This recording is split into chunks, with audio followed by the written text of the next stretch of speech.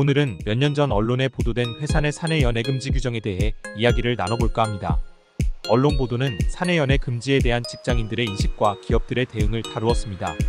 보도를 요약하면 여론조사 결과 직장인 10명 중 7명은 상사와 부하, 직원 간의 사내 연애를 금지하는 취업 규칙을 찬성한다고 답했습니다. 이러한 찬성 의견의 배경에는 상사로부터 원치 않는 구애를 받을 경우 거절이 어렵거나 불이익을 당할 수 있다는 2차 피해에 대한 우려가 있습니다. 실제로 직장인 11%는 원치 않는 구애를 받은 경험이 있다고 답했으며 구애를 거절할 경우 폭언이나 업무 관련 불이익을 겪는 사례도 있었다고 합니다.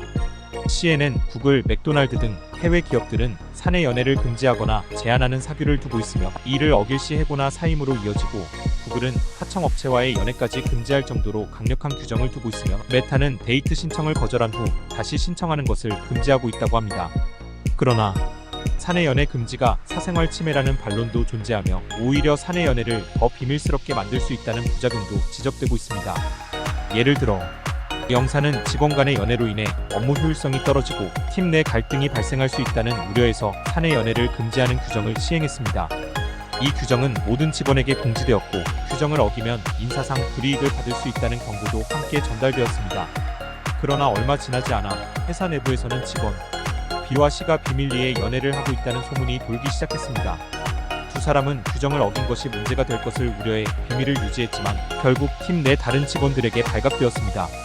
이로 인해 팀 분위기는 급격히 나빠졌고, 일부 직원들은 이들 커플에게 편애가 있다고 느끼며 불만을 표시했습니다. 이 사건이 인사팀에 보고되었고, B와 C는 회사의 규정을 어긴 이유로 경고 처분을 받았습니다. 하지만 두 사람은 회사가 자신들의 사생활을 과도하게 침해하고 있다고 항의했습니다. 그들은 연애는 개인의 자유로운 선택이며 회사가 이를 규정으로 막는 것은 부당하다고 주장했습니다.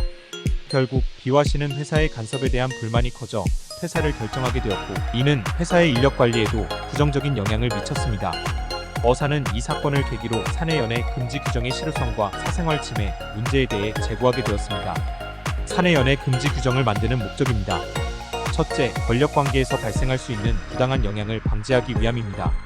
상사와 부하 직원 간의 연애는 권력 관계 속에서 불공정한 대우나 부당한 영향력을 행사할 위험이 있기 때문에 이를 사전에 차단하여 업무의 공정성을 보장하고 직원 간의 갈등이나 차별을 최소화하려는 것입니다. 둘째, 직장 내 성희롱과 괴롭힘을 예방하기 위한 목적도 있습니다.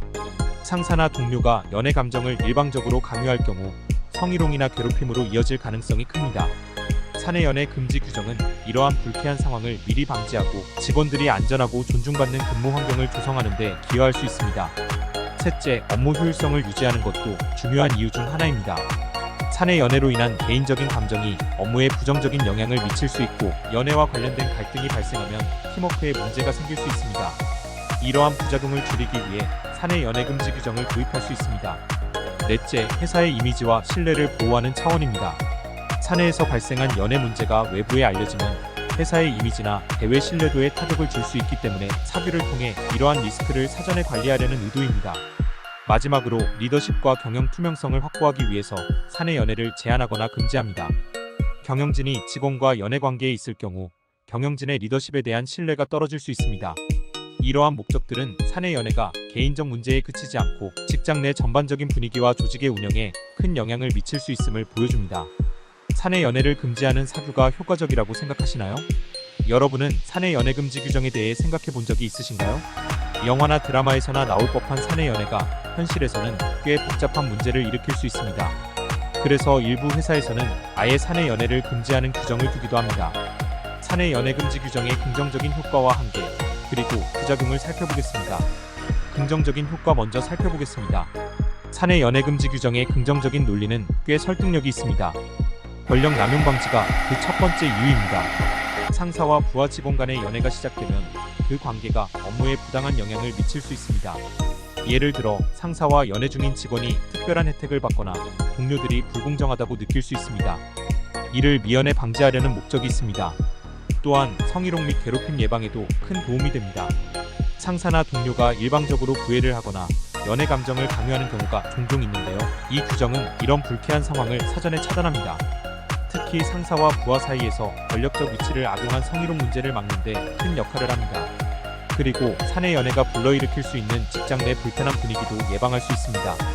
예를 들어 연애 관계에 얽힌 동료들 사이에서 파벌이 생기거나 개인적인 감정이 업무에 끼어들어 분위기를 어색하게 만들 수도 있습니다. 사내 연애 금지 규정은 그런 상황을 미리 차단해 직장 내 평온을 유지하는 데 기여할 수 있습니다. 한계 및 부작용입니다. 모든 규정이 그렇듯 사내 연애 금지 규정도 몇 가지 문제점이 있습니다. 첫 번째는 사생활 침해 우려입니다. 남녀 간의 연애는 개인의 자유로운 선택인데 회사가 이를 금지한다면 이건 좀 과도한 간섭 아닌가? 라는 생각이 들 수 있습니다. 사실 규정을 어기고도 비밀 연애를 하는 경우도 많습니다. 두 번째는 현실적인 실행의 어려움입니다. 직장 내에서 사람들과 친밀해지는 건 자연스러운 일입니다. 이를 규정으로 통제하려는 시도는 실효성이 떨어질 수 있습니다. 지나치게 엄격한 규정은 오히려 직원들 간의 신뢰를 무너뜨릴 수도 있습니다. 누가 누구랑 연애하고 있는지 감시하는 분위기는 솔직히 상상만 해도 끔찍합니다. 세 번째는 과도한 규정으로 인한 직업 선택의 자유 침해입니다. 회사는 근로자의 권리와 이익을 보호할 의무가 있습니다.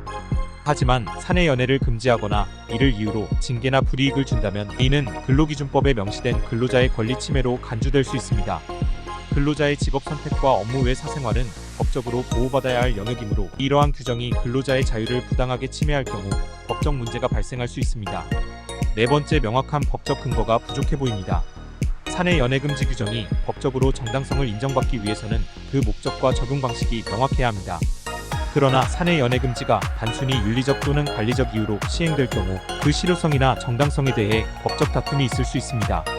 사내 연애 금지 규정은 기업이 업무 환경을 유지하려는 목적으로 도입할 수 있으나 사생활 침해, 차별 문제, 근로기준법 위반 등의 법적 쟁점을 고려하지 않으면 법적 분쟁에 휘말릴 수 있습니다. 여러분이라면 사내 연애 금지 규정에 대해 어떻게 생각하시나요?